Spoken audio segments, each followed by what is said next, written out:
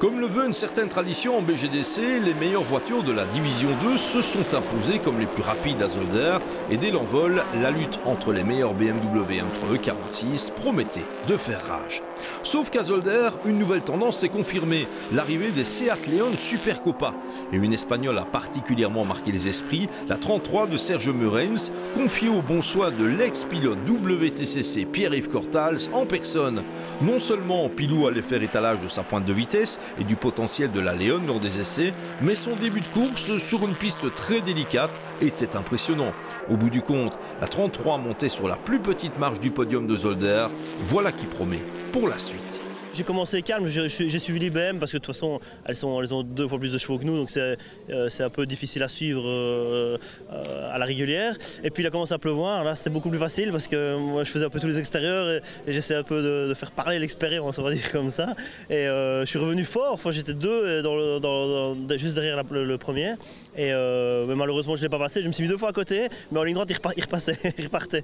Donc voilà, mais ça s'est bien passé, et puis on fait un podium, 3e, c'est pour la première fois, c'est sympa.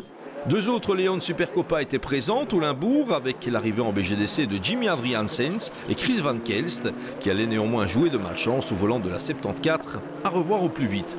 Quant à Greg Van Nettelbosch et Olivier Kirten, ils ont accumulé plus de rondes casse-pas, mais il reste du travail pour fiabiliser la Seat numéro 35. L'autre info majeure de Zolder, c'était l'abandon du vainqueur du coup d'envoi de Spa-Francorchamps, Koen de Witt, de nouveau en liste pour la gagne, avant qu'un support de boîte de vitesse ne cède. Pas de finish cette fois pour la numéro 64, qui prendra sa revanche à Dijon. C'est en fait une BMW inédite cette saison en BGDC, la M3 46 numéro 8 de Warsluis et du Hollandais Martin Lanting qui allait dominer la seconde partie de course pour remporter la victoire.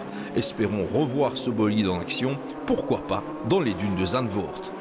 Moins d'une minute derrière la bavaroise lauréate, Johan Huygens et son excellent équipier Peter Verlinde ont tout tenté au volant de la M3 46 numéro 17, mais à la régulière, l'affaire était injouable, d'autant que la 2e place en D2 était synonyme d'une importante moisson de poids au championnat, et comme Koen de Witt a été contraint à l'abandon, impossible d'espérer mieux. Je ne sais pas ce que cache cette BMW, mais on ne pouvait pas suivre. Mais bon, je pense que nous nous retrouvons en première position du championnat et pour nous, c'est l'essentiel.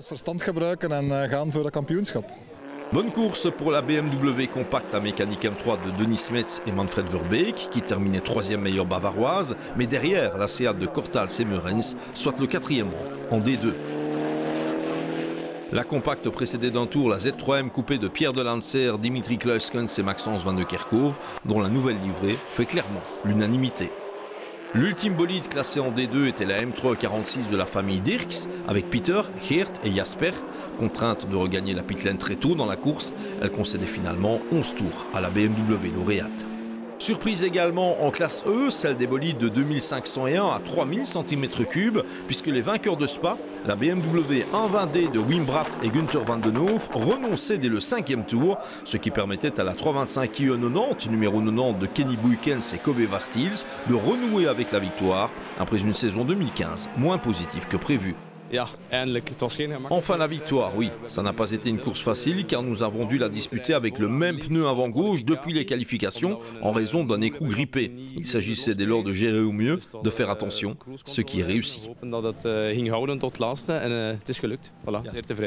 VW Golf de la 5e génération, toute à mécanique TDI, complétait la hiérarchie de la classe E avec la numéro 76 de Kurt Hermann et Peter Van Delm, terminant 15 minuscules secondes devant la 25 de Serge Vandenberg et Ludovic Dubois, tandis que la 75 de Mathieu de Smet et Christian de Ruder terminait au pied de ce podium à connotation germanique.